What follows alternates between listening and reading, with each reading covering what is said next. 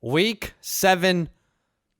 You got some questions? Hey, who do I start? Who do I sit? We're about to help you out on the pod today, as well as giving you some Hail Mary matchups. So let's get straight to the episode.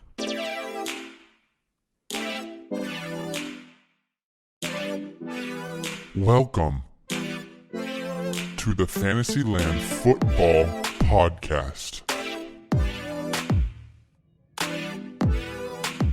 Hello. Okay, we are here on the show today. It is Friday. That's right. The 23rd of October. We got to watch a Thursday night football last night that was football. It was a game of football, wasn't it, Badaki? Definitely was a game of football, an upsetting game of football. I told myself that if we won that game, I was going to wear the jersey here today.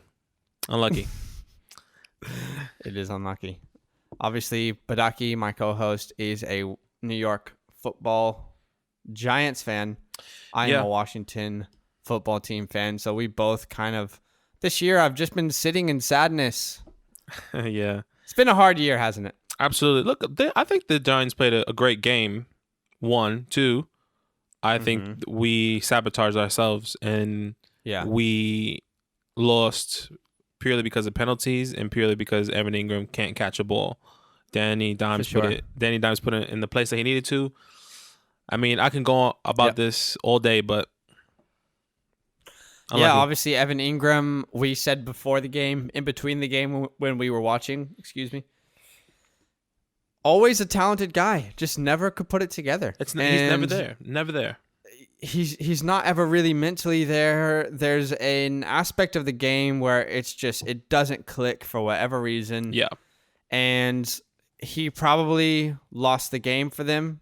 Obviously, you never put it on one person. Anything could have happened, but if he catches that pass, the Giants are in the clear. And Danny Dimes had an insane run, was tackled by the turf monster. Was he tackled by the wind? Watch out! RKO'd out of nowhere, just taken down. That's funny. But obviously an upsetting game. If you are a Giants fan, if you started Boston Scott, you're probably happy. Not sure there's another happy start out there from last night. Obviously, Devonta Freeman went down with an ankle injury. Yeah. Hey, we do monthly giveaways with RSA, and we are excited to announce this week, very, very soon, we are going to announce our next giveaway. I know we've said this, but we are waiting on one little detail to fall into place. Okay? That's right. One little detail. And we are going to announce the next giveaway. And if you don't want to miss it, go ahead and head to our Instagram at FantasyLand Football so you don't miss the announcement. You can follow us on Twitter at FantasyLand_FB. You can watch the podcast on YouTube. Make sure you hit the notification button so you don't miss any videos. And of course, you can listen on virtually any podcast platform in the world. And we now have a Patreon. Wow. So you can support us if you would like. If you're saying, hey, you know what, FantasyLand Football, I like those guys. I like listening to them. I want to see them continue to be able to bring really great content for me and for the people, who are part of the FantasyLand fam. If you want to be a part of that, patreon.com/FantasyLandFam. We love everyone in the community, don't we, Badaki? Absolutely, and we appreciate you. Yeah, just want to continue to grow with you. Let's get on to some news. What is going on here? Okay, what is going on in the NFL right now? What's happening around the league? We're going to let you know. Starting off with a little news from Fitzmagic. Report came out that his heart was hurting. And this makes the situation a little bit more sad. Even Tua came out and said he was very sad for him. It's very much a father-son relationship, he said. Yeah. It's a hard decision the Dolphins had to make. Did they make the right decision? Who knows? We really don't know. I think it's still a bit too soon, but I think it's great how Fitz is kind of showing his emotions and how Tua is right there with him. He's saying, look, it wasn't my choice, but I'm still supporting you whenever if it doesn't work out for me or if it works out for you, that's how I'm seeing it. For sure. Antonio Brown, it has been announced he's eligible to come back to the NFL after Week 8. Reports have been leaning towards him signing with the Seahawks, but there are multiple teams interested. If he does sign with the Seahawks, I think this has a big effect on DK and Lockett from a fantasy perspective. And I know you don't feel exactly the same way. Here's how I would like to compare it. I'd like to compare it to, imagine Dak Prescott was not injured still, and the wide receiver trio there. It was really hard to know who was going to be the guy who popped off that week. Right. And I think if you have AB, if you have DK, and if you have Lockett, someone is going to get hurt, right? Someone's fantasy value is going to go down. Right. I think it's probably going to be Tyler Lockett. Yes. But I don't like this move personally. I think it is probably going to stunt the growth of a DK Metcalf, in my opinion. I don't think you need Antonio Brown.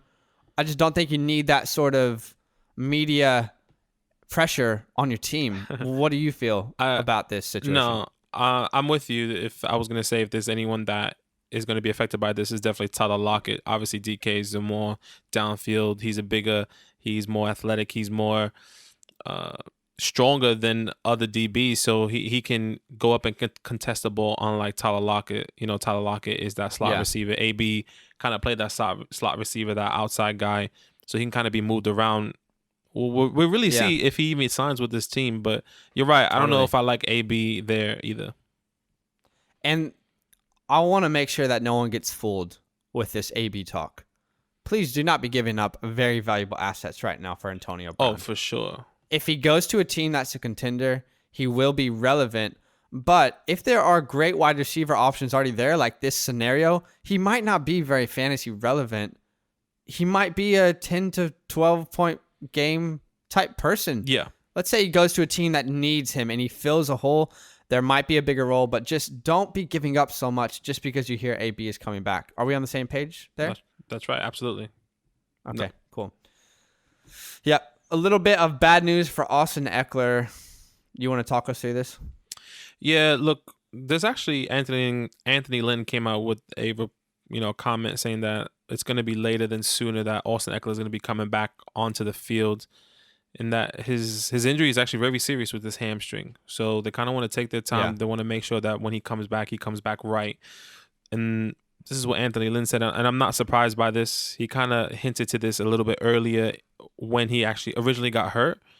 So that actually raises my rankings for Justin Jackson and Joshua Kelly. Obviously, we don't know when Austin Eckler is going to come back. He's a strong guy, physical guy, but this is not good news if you're Austin Eckler owner. Definitely not. If you had the hopes of, he'll have a early comeback probably. Yeah. I think most injuries you could probably assume this year that's not going to be the case. Devonta Freeman went down with an ankle injury last night, did not return to the game. Don't know that you really want a running back in New York anymore. No, not at all. I know a lot of people started him. Not a lot. A handful of people started him. A lot of people did, yeah. A lot. Yeah. It sucks because Wayne Goldman would have been Devonta Freeman, essentially. Yeah. It's unlucky. Yep. Michael Thomas, this is a frustrating one if you're a Michael Thomas owner, suffered an injury setback with his hamstring, questionable to play. Hopefully we find more information today after the injury reports come out. Yeah. Jordan Howard, walk us through this one. Jordan Howard is being dealt. The Dolphins put him on the trade block. They're trying to get him out of, Miami before the trade deadline, which I think is November 3rd or 4th. So take a look out of, be on a lookout for that. That's big talks for Myles Gaskin owners as well. That is big for Gaskin because what was the main frustration being a Myles Gaskin owner? Jordan Howard's going to take the goal line touches. Yeah. Obviously, they believe in Gaskin, right? This is their guy. Yeah, this is great if you're a Myles Gaskin owner going, later into the season. If Jordan Howard does, get traded, keep an eye out for that. Absolutely. We're going to finish off real quick here. Jonnu Smith, full participant in practices. He should play against the Steelers. Joe Mixon was not practicing, but was seen dancing. So it's confusing as to how serious this foot injury is. Do you think that Joe's going to play? I mean, if he's dancing, he better play. I'll be upset if I'm a Joe Mixon owner and you're not practicing, but you're dancing on the sidelines. You're crazy. Yeah. Hey, there is tons of obviously news, need-to-know news and injury reports that are going to come out throughout the day and throughout the weekend. So make sure you follow us on Twitter at FantasyLand_FB for all the updates. But we are going to get into start, sit advice. Excuse me, can I touch you for a minute? Excuse me, can I touch you for a minute? Let's talk about it. Let's talk about week 7 start sit-ems. We're going to take you through 6 key matchups, okay? Sometimes we choose matchups that you probably don't have the answers to yet. We like to avoid, if we can, the matchups that are very obvious. Yeah. I'm starting all these guys. Why are we talking about this? So we are going to take you through 6 key matchups, hopefully help you make some decisions with your start sit-ems this week. But Aki, why don't you take us through our first one of the week? That's right. Both of these teams are undefeated. I think this could be the game of the week. This is going to be a great matchup. Steelers at Titans. Point blank, this is huge. There's a lot of talent on both sides of this team. This is a team that I'm going to be, or a game that I'm going to be watching. But look, on the must starts on the Steelers side, Big Ben, obviously. Big Ben, James Conner.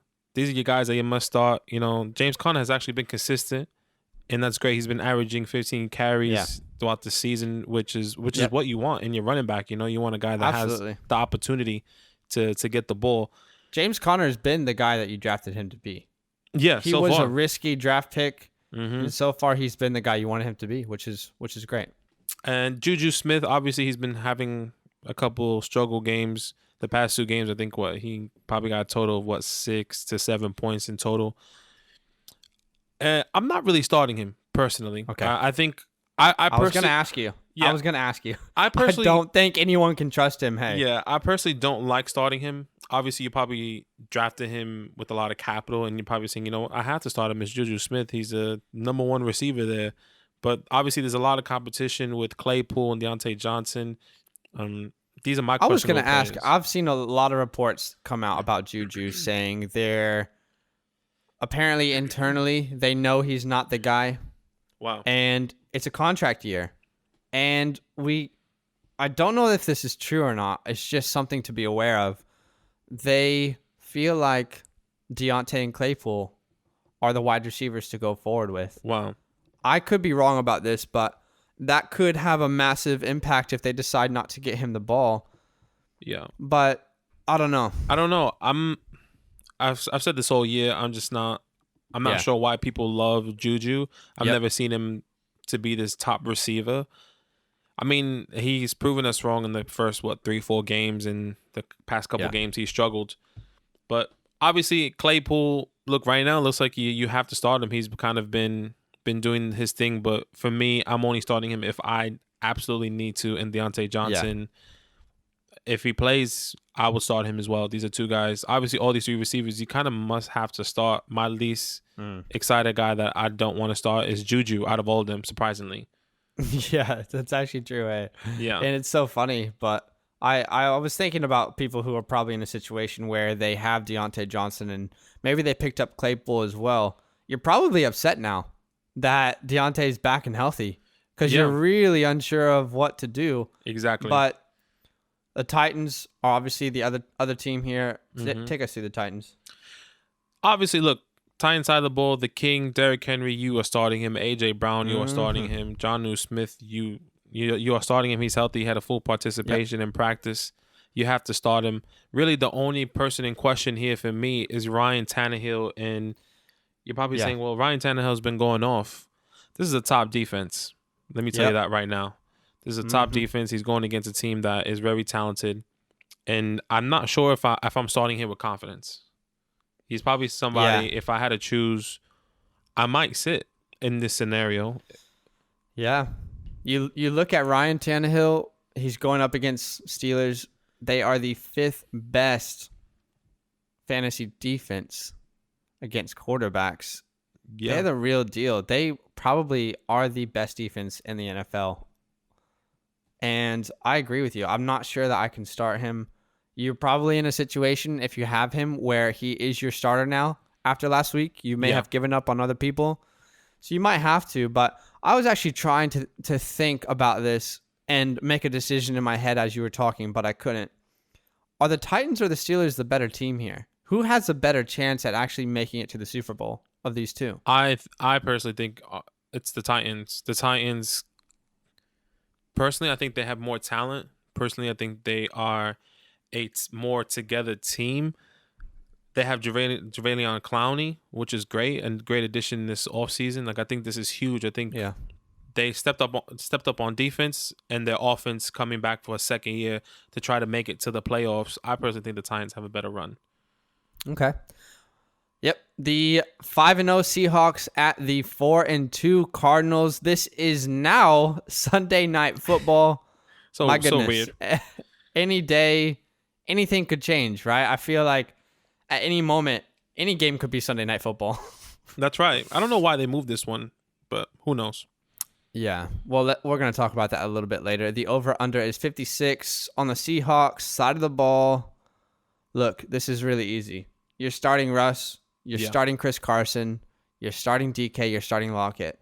These are players that you put in your lineup and you don't question. Did Tyler Lockett have a bad couple of games? Yes, he has. He was one of our trade targets recently. You need to put him in with confidence. Yep. Okay? I know this Cardinals defense is good. The secondary is actually good. It's formidable. But Russell Wilson is a different quarterback, and you don't question his receivers. So let's talk about the Cardinals, okay? Kyler and D-Hop, you are starting. Last week, a very strange game for D-Hop, and I think the reason he wasn't very productive is, one, because Kyler just could not throw an accurate pass, and two, they just did not need him. Right. The Cowboys just sabotaged themselves from the beginning of the game. Yeah. Expect him to have a really good game this week. I'm a bit concerned about this game as well, because what was interesting is that obviously the Cowboys they're a bad defense. They held DeAndre to 9 points, if I'm not mistaken, something like that. So I think if the Seahawks can game plan how the Cowboys did in the secondary, then maybe they have enough talent in the front to kind of stop that run. So I feel like this game they can really eliminate D-Hop, and obviously they're not really talented in the backfield, obviously with Drake and Chase, which we're about to talk about. I can personally see the Seahawks shutting them out. I don't think so, because the Seahawks are going to be able to put up points, which means they're going to need to throw. This isn't going to be the Cardinals aren't going to be up and they won't need to throw. They're going to have to throw. Sure. And for sure. DeAndre is the guy you're going to force targets, but I get where you're coming from. Let's talk about Drake and Chase. Really frustrating backfield to deal with all season. Was looking like Edmonds was the guy there, more efficient. And then Drake pops off against this terrible Dallas defense. Here's the reality. We probably don't want to admit this, but Drake is the guy that you have to start. For sure. Right? Yeah, you have to. This is terrible to talk about. You just have to start him, even though you don't want to. You obviously what you saw last week is what we've expected him to do the whole season.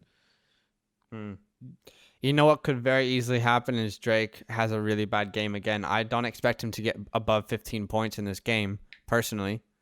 And Chase could have the great game again, but you can't start Chase with any confidence right now. No. Until it's clear if he actually is given a chance to win that role. Yeah. So the other play I wanted to talk about is Christian Kirk.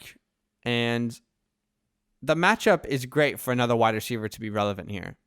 This whole situation, the Seahawks are going to put up points. Cardinals are going to have to throw. There will be another fantasy wide receiver who's relevant in this game. I just don't know who it's going to be. Right? Yeah. It could be Christian Kirk. It could be Andy Isabella, the speedster out there. Or it could be Larry Fitz. It could be any of these guys. And that's the problem. I don't know. If I had to bet money on one of them, I would probably say Christian Kirk, but that doesn't mean I'm comfortable at all to start any of them. And I'm curious if you are comfortable starting any of them, because I'm not. No, I'm definitely not. I think if there had to be a Hail Mary situation here, I would probably lean more towards Christian Kirk. He kind of gets the ball more. They like to use, the read option with him, swing passes, stuff like that. Yeah, that's what I think. Yeah, well, it'll be interesting to see if any of these guys are relevant, or if it's just D-Hop, or if it's D-Hop isn't irrelevant, and all of these guys are relevant. So yeah, I'm definitely watching this game. Yeah, this is definitely going to be a great game, Sunday Night Football. I'm not upset that it was moved to Sunday Night Football, but let's talk about this next matchup. Yeah, 3-3 Panthers, 3-2 Saints. Panthers at the Saints, over under 51 here.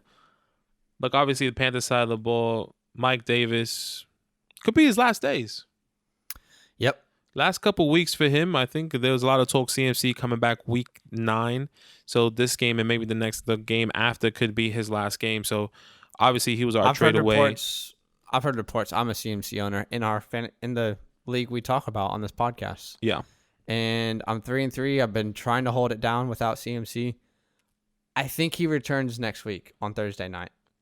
I think he does. Okay. So we told you to trade Mike Davis away. All this talk about Mike Davis is going to have a big role, I don't think that's true, okay? I don't think you're going to be able to start Mike Davis with any confidence at all. Right. So, this is probably the last week you can start him. Yeah, and if CMC does come back, they're playing the Falcons that on Thursday night, which is going to be crazy. And CMC is going to have a lot of opportunity there because the Falcons are terrible at the run. Yep. So if you have Mike Davis, trade him away if you can right now. If you're hearing this podcast, it obviously comes up before Sunday. Look, do it. Do it. Try to get him off your hands. Yep. Robbie Anderson, he's still balling. He's doing his thing. Didn't have the best game last week, but obviously that was against a good Bears secondary. I'm still starting Robbie Anderson with confidence. And then DJ Moore had a couple good games.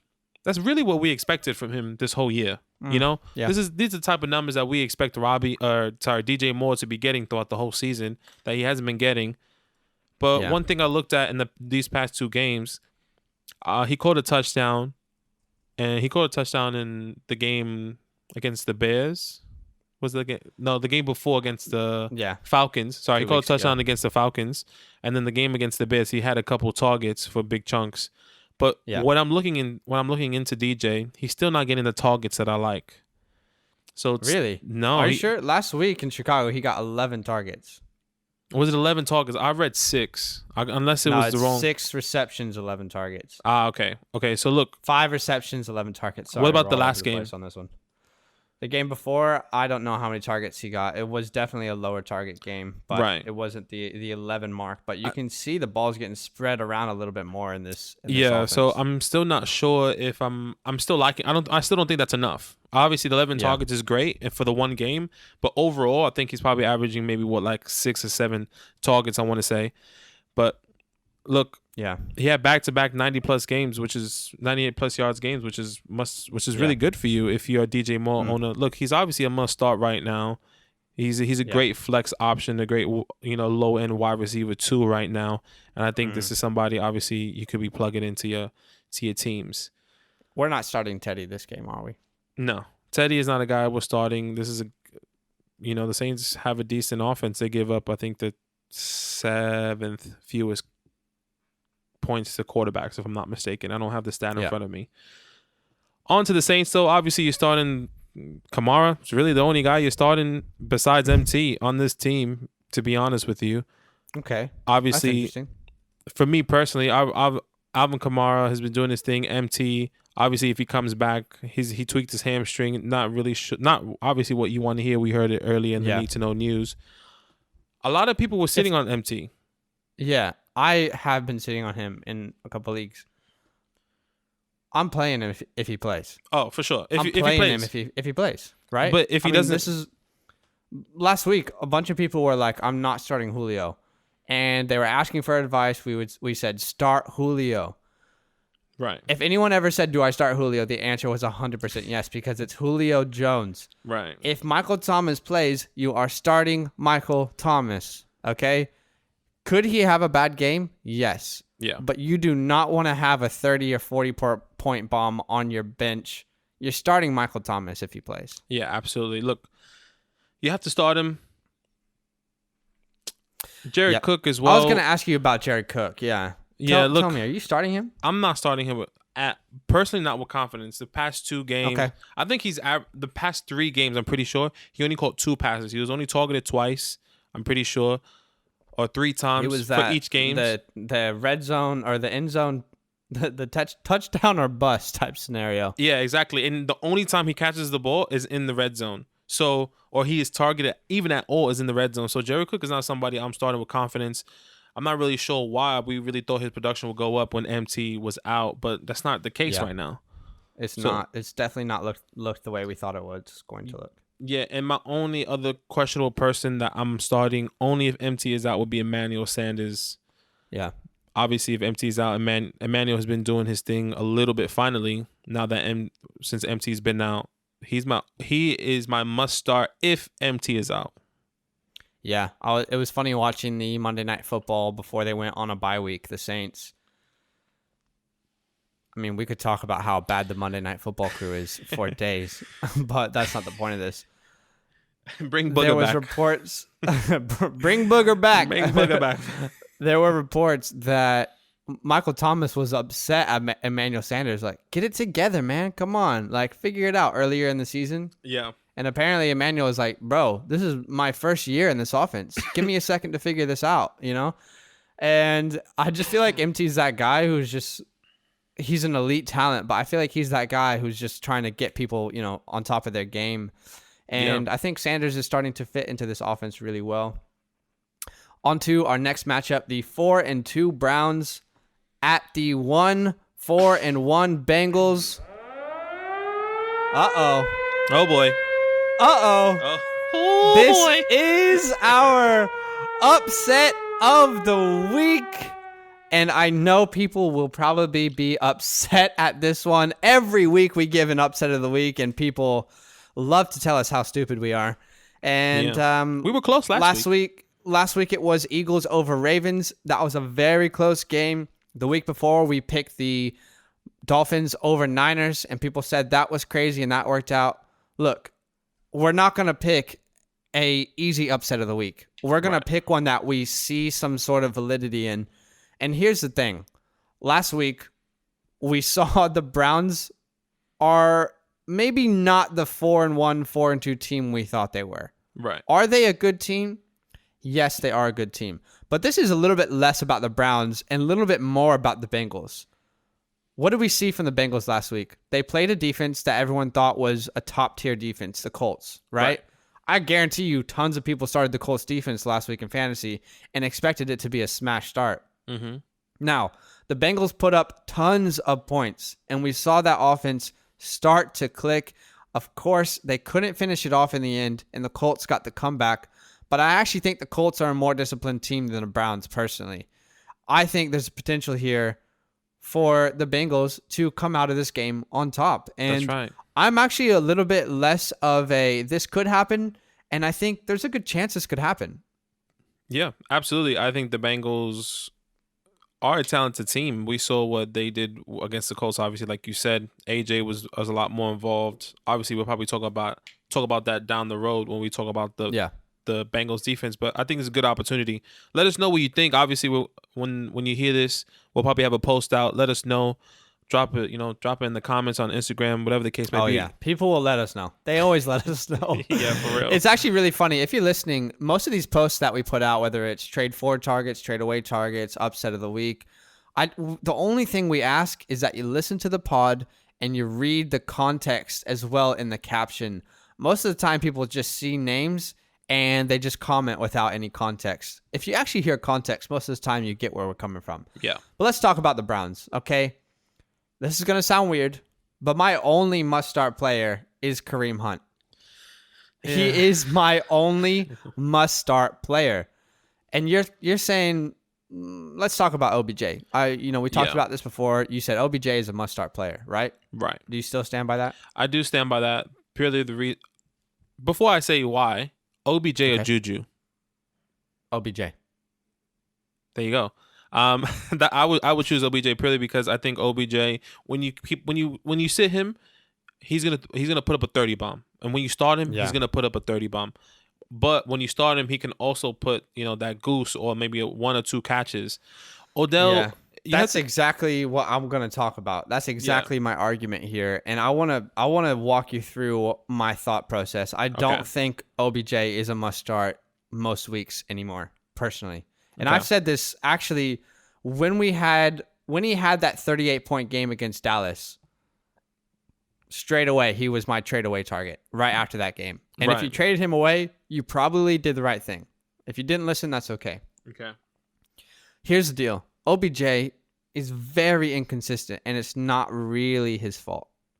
Baker Mayfield, I'm sorry, he's just not he's not that guy. Right. There's a lot of people who could be in Cleveland and do a much better job right now. I honestly just don't think Baker is that guy to make fantasy relevant targets in the offense, not including the running backs. But let me walk you through this, okay? Right. Take out week 4 against Dallas when he put up 38 points. Take that out. Okay? If you average the rest of his games, he is averaging 8 points per game. Let me say that one more time. Averaging 8 points per game. He needs some milk. I personally don't ever want to be in a place where I have to start OBJ. Now, you might be in that place. You might be like, dude, I have to start OBJ. Here's the thing. You're playing a very dangerous game when you start OBJ. And I believe he's going to lose more games for you than he will win. Right. What does that mean?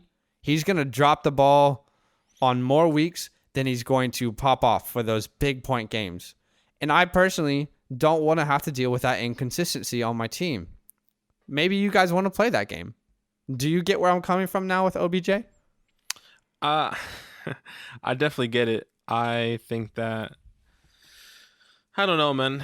I think he's a very talented person. I think OBJ... Yeah, very talented. I think you need to understand him as a person before you understand him as a football player. And I know that sounds dumb because, we're really just watching the game as a whole. I don't really... Some people don't care how he is as a person. I think if you cater to OBJ will cater to you. And nobody caters to him. Yeah. No one has ever. The Giants never catered. The Browns still haven't catered. And I think that maybe that's not really fantasy related with all these points, him being inconsistent. You're right. Maybe he needs a better quarterback. But OBJ always wants the ball. Just throw it in his area, and he will make a play. That's what I see. And I don't know, man. I don't know. I have some love. Start him. I have some love. Yeah, for him. you might have to start him. I don't want to be in that position. I also, let's just get out of the way, I don't want to start Austin Hooper. I don't want to start Jarvis Landry, and I don't want to start Baker Mayfield. You can make that decision if you'd like to. Right. I don't want to. But let's talk about the Bengals. Joe Mixon obviously wasn't practicing, but we saw him dancing around. Injury might not be that serious then. Right. If Joe plays, you are playing him. Yes. What we need to talk about is Joe Mixon is actually seeing elite volume from the running back position. Right. Elite. He is seeing top 10, top 5 volume from that position. Now, if Mixon does not play, Gio is a great start. Gio Bernard. But let's talk about this wide receiver core. It's very interesting wide receiver core. This is a great game to probably take a gamble on one of these guys. Yeah. Tyler Boyd, I think you have to start. Okay? The Browns secondary has been terrible most of the year. And this is a big reason why we think this is an upset of the week. The Browns are currently the 30th defense against wide receivers. What do the Bengals have? A pretty good wide receiver core, right? Yeah, shaping up pretty nicely. Tyler Boyd, T. Higgins, I think you can start this game. You can see he's in the game plan. He's coming off of a career day with 125 yards, and he's definitely the guy that Joe is looking for.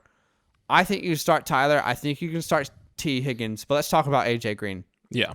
Had the bounce back week, but we're not trusting him, right? No, you can't really trust him. I don't think you want to start AJ Green. Man, last week we were talking about he shouldn't even be on your team, and this week we're over here talking about how, wow, what a bounce back game. Big whoop. Honestly, if you still have him on your team and he had that bounce back game, that's great. Keep him on your bench and see how he does again. Like, the key thing about fantasy is consistency. You want consistency? If AJ can give you that, and if he can do it maybe this game and maybe the game after, maybe we can talk about it. But right now, I'm not starting him. Yeah, neither. I want to ask you a question, though. Would you rather have T. Higgins or Tyler Boyd rest of the year? Tyler Boyd. Okay. I also would like to have Tyler Boyd, but I think the fact that conversation is close, it's close for you, right? Yeah, it's definitely close. I think I like him because I like Tyler because he gets more targets. I'm pretty sure. Yeah.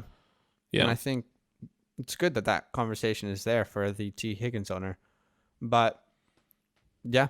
And, I just wanted to say something really quickly. A lot of people are DMing us constantly, and, we love to help, and we put up on Saturdays start sit advice help, and on Fridays as well.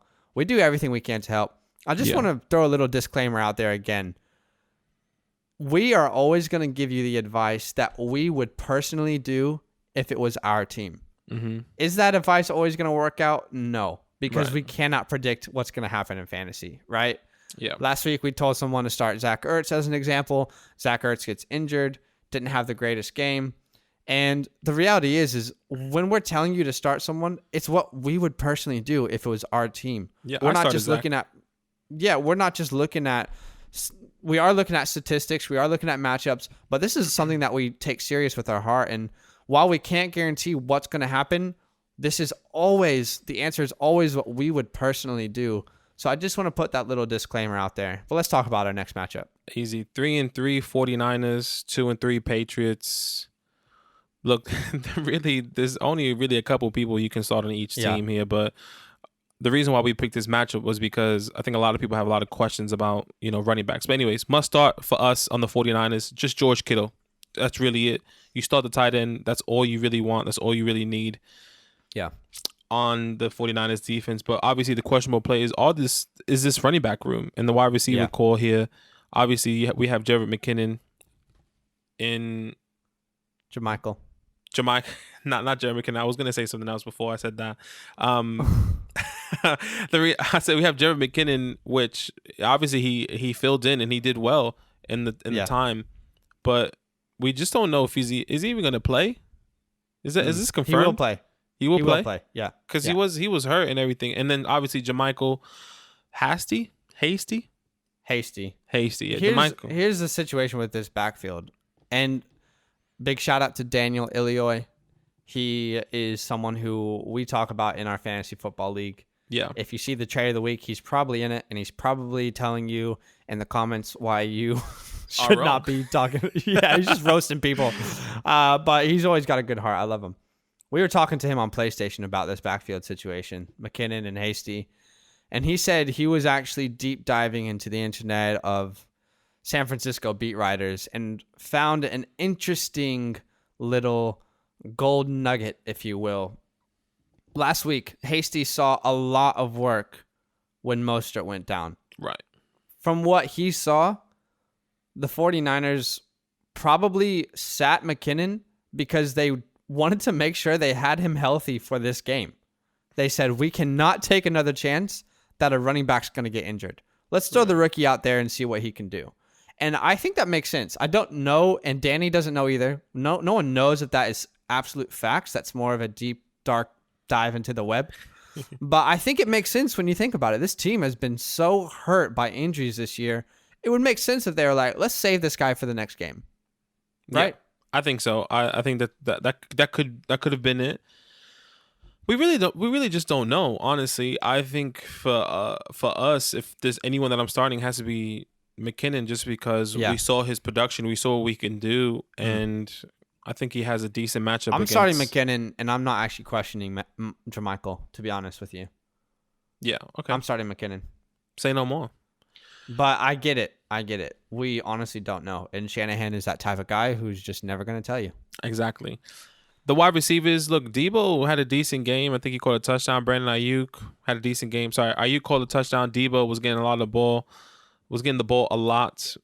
And I think if you are questioning one of these guys, if you should start him, if you have both of these, I'm hesitant in starting them. But if you needed a really good flex starter, I think I'm going to lean more towards Ayuk personally.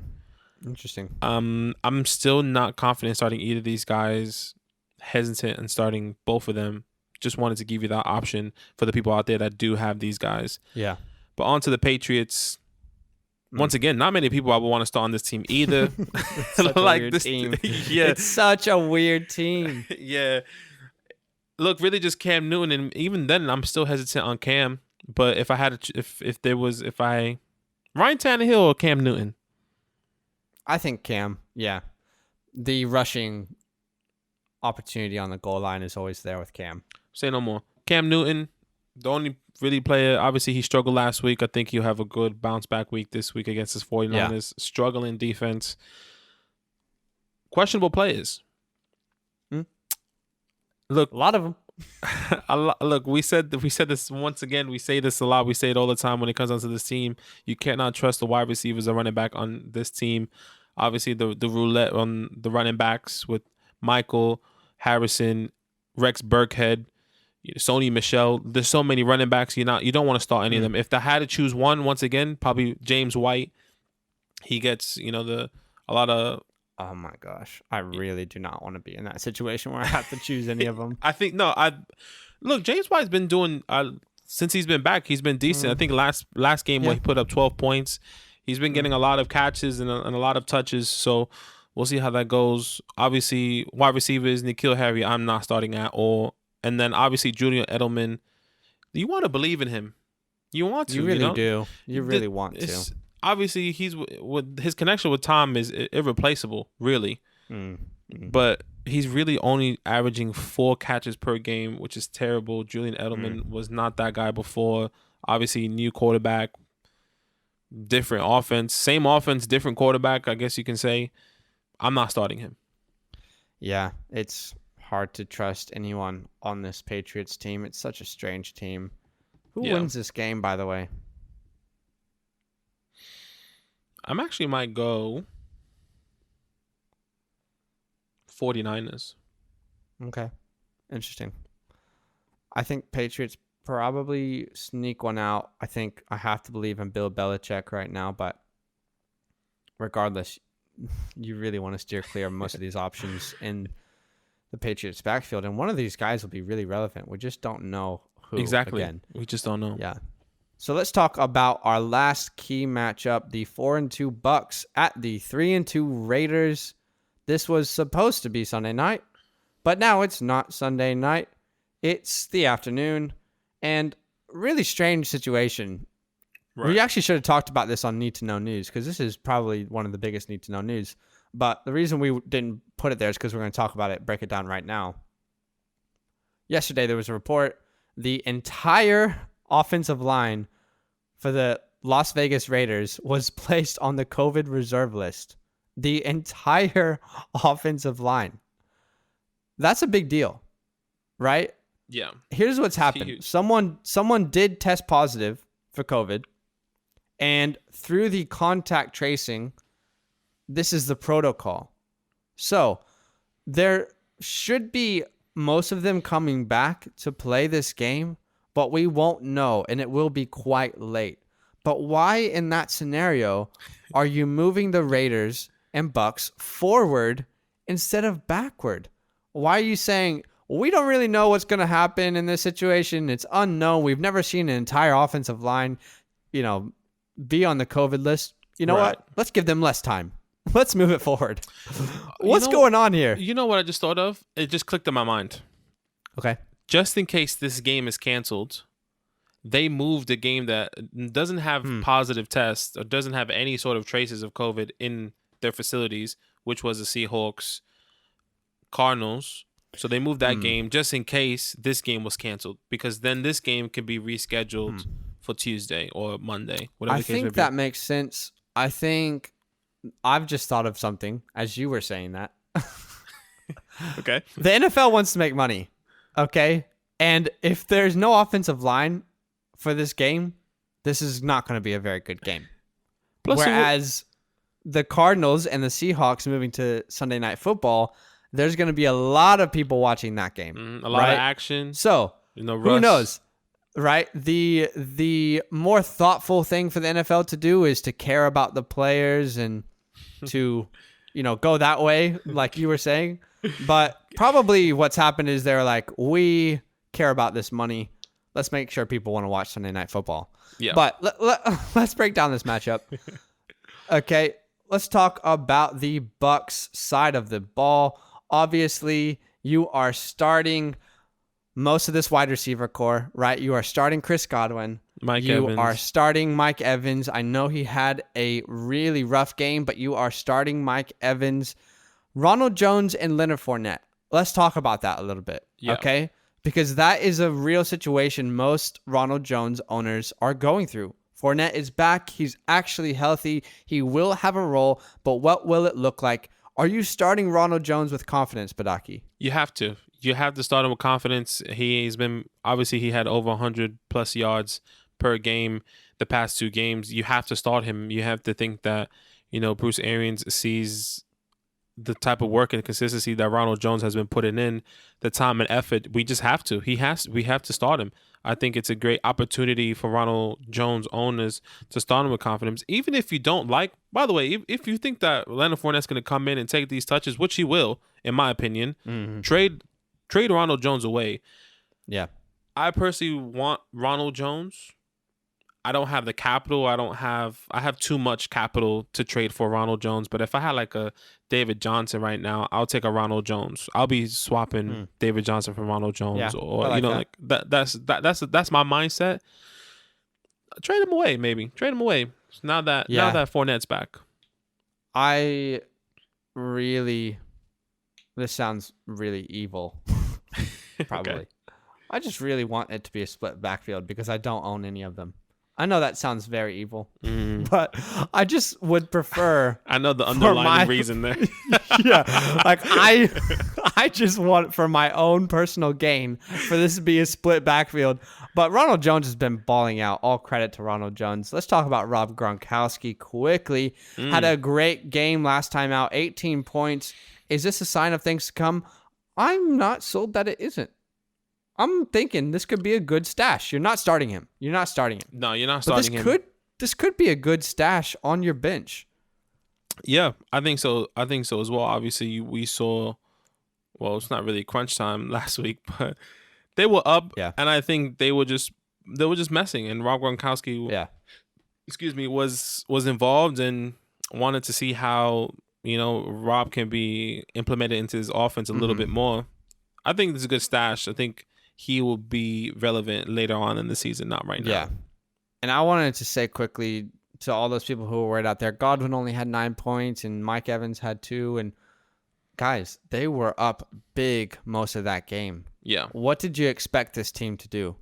To chuck the ball everywhere with Tom Brady? No, they want to be able to be up in games and have the opportunity to run the ball. But I think most of the year they will need to be throwing. And I think that there's better games this week for both Godwin and Mike Evans against the Raiders. Let's talk about the Raiders. Obviously, the entire offensive line is in question, which is a big deal for Josh Jacobs and Darren Waller. Right. You're probably starting both of them still, though. For sure. I have both of these guys in the league, and I'm starting them. I have to start them, even with no offensive line. It's football. It's the next guy's up, the next team up. You have to come in, especially with John Gruden. He probably are working these dudes right now. Being like, if you're trying to be in the NFL, the reason why you're second string is this reason. Is right now. Prove to me. Yeah, prove it to me if you want to start on this football team for the rest of the season. And these guys. Yo, you know what? Second string people work their butts off. Honestly, like they want to make the team, they want to stay on the team, and they're gonna do everything they possibly can. So I think there's a lot of No, you want to believe in the second string, and you want to believe in the story. Yeah. I'm believing it because this JJ. Offensive line is great. They're better than before with the second string. There's a reason these guys are second string. Like, the NFL isn't so much I really like this guy. You know what? You're going to play for my team. If you don't got it, you don't got it. There's a reason they are not on a current starting franchise, If JJ runs for 100-plus yards, first string, second string, it don't matter. I put 0% chance JJ runs for 100 yards in this game. Let's go, I JJ. think 100 JJ yards. gets 60 yards at most. But you have to start Waller and Jacobs. They are in the game plan. That being said, you are not playing anyone else at all on this team. You're not playing anyone else on this team, okay? Right. You're not throwing a Hail Mary with Henry Ruggs. You're not throwing a Hail Mary with any sort of, I don't know, Nelson Aguilar. You're not playing anyone else because the situation is so uncertain that you just can't trust anyone else. Yeah. Yeah, we're on the same page there? Absolutely. That is our Week 7 start sit-em advice. But as always, we give you Hail Mary matchups, so let's go straight to those. Back in '82, I used to be able to throw a pigskin a quarter mile. Are you serious? I'm dead serious.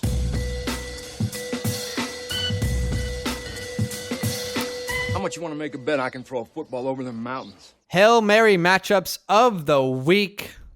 What is a Hail Mary matchup? Well, sometimes you just got to chuck up a prayer and see what comes down, right? So That's right. What we're going to do is we're going to take the rest of the matchups from this week, and we are going to give you one Hail Mary matchup that we like from each game. Badaki and I are going to do that. We're going to put 30 seconds on the clock, back and forth. It's going to be fast-paced, but we're going to give you maybe some options that you can throw up a prayer for. A lot of bye weeks, a lot of people injured. You might actually be starting some of these players. So, Badaki, start us off with our first Hail Mary matchup of the week. That's right. The 2-4 Cowboys at the 1-5 Washington football team. Look, you're probably going to say this is... You're kidding. You're crazy. Yeah. What's going on right now? But I think he's going to have a bounce-back game. I think this guy's going to take off, and that's the new leader of this Cowboys team. That's Andy Dalton. If there's any other better opportunity for him to bounce back, it's against this Washington football team. Yep. It hurts, but yeah. Throw a pair up. Yep, see what happens. I love it. Okay, the 4-2 Bills at the 0-6 Jets. My one player is Cole Beasley. John Brown has been injured most of the year now, okay? It seems like every other route he starts to limp. I'm hoping that this sort of game against the Jets will be a let's get everybody some love type of game. I'm hoping everyone kind of shares the ball around, and I think Cole Beasley has a really great chance to be fantasy relevant. Sick. Look, 4-1 Packers at the 1-5 Texans. Darren Fells, if you need a tight end, Zach Ertz is on IR. You know, Mark Andrews has a bye week. And look, Darren Fells had 2 touchdowns in the past 2 games. The Titans are getting him more involved. There's not really any other better tight ends out there. I will be plugging in Darren Fells for a Hail Mary. I love it. The 2-3 Lions at the 1-5 Falcons. My one player is DeAndre Swift. And I think this is less of a Hail Mary and more of a, you can start to trust this guy. Is it still a throw it up? Yes, it is a throw it up. But there is a lot of talent there. And a lot of people do not trust him just yet. The talent is there. And when you mix the talent versus a terrible run defense, normally you get a good equation for your fantasy football team. Start him with confidence if you need to flex. 1-5 Jags at the 1-4 Chargers, which is a surprise. I love the Chargers. I think they should have a better record. Mike Williams. Obviously, we saw what he did last week on Sunday Night Football against the Saints, or Monday Night Football. I forgot which one it was. I think you can plug him in personally. Mike Williams, he had a spectacular catch. Obviously, Keenan Allen was out, but if you actually need a Hail Mary on this team, this is wide receiver number 2, and he's there. Justin Herbert loves him. He's favoring him. Mike Williams could be that guy. I love it. The 5-1 Chiefs at the 2-3 Broncos. My one player is Tim Patrick. He's had back-to-back 100-yard games, and he's definitely getting involved in this offense. They see the talent, and they're trying to give him opportunities to continue to produce. Yeah. I think you can start him in the flex. If you need a Hail Mary, throw it up and see what comes down. Those are our Hail Mary matchups of the week. Now, every week there are a ton of matchups to talk about, so we probably could have missed a player you wanted to hear about, right? Yeah. So if we did, here's what we do. Every Saturday, we post a story on our Instagram, a questionnaire for start sit-ems, and we reply to every single person there. We don't always reply with a video on our story to every person, but we always reply in the DMs. So look out for that story tomorrow, and we'd be happy to help you out. And don't miss our next episode. It's going to be a great week of football, a great weekend of football, week 7. And we want to give you straight cash and just trash from week 7. And, of course, we're going to talk about Monday Night Football, the 5-1 Bears at the 4-2 Rams. I don't think anyone thought those would be the records of those teams coming into this game. But it worked out well for ESPN, didn't it? That's right. The Bears. Look, I'm excited to see this game purely because I have Cooper Kupp. Yeah. We're going to tell you who was cash and who was trash from the week, as well as talk about that game. But hey, just a reminder, we do monthly giveaways. We are announcing the next one soon. Follow us on Instagram so you don't miss out. Follow us on Twitter for updates on all players and game day alerts. You can listen to the podcast on any platform, or you can subscribe on YouTube to watch it. Hit the bell so you don't miss any episodes. And again, we have a Patreon now. If you would like to support the show, you absolutely can. We're honestly just really happy if anyone was to even consider that, right, Padaki? Absolutely. Look, once again, we say this all the time. We love football. You love football. We just want to grow a community. We do exclusive stuff on there, extra episodes, close friends. We do everything, one-on-one advice. Yeah. We have a couple people on there, which is great. It's great. We met a couple fans already. Yeah. I mean, if you want to join, try it out. Yeah, try it out. Lots of options there for you, lots of tiers. But can't wait for week 7. I can't wait to watch some football, Yeah, can't wait. Things are looking up. I'm a bit sad because my Giants lost, and I really wish I can see them play on Sunday, which I'm still going to be waking up and watching all these games, but it was still good to have the Giants game, Yeah, what else can you say? The GG's, boys. Thanks for playing. GG's, boys. Sammy G. GG's, boys. We love you guys. Thank you, Fantasyland fam, for listening to the podcast. We love every single one of you. Appreciate you so much. Looking forward to continuing to grow this community together into the future. Don't miss our next episode. As always, we will see you there. See you there.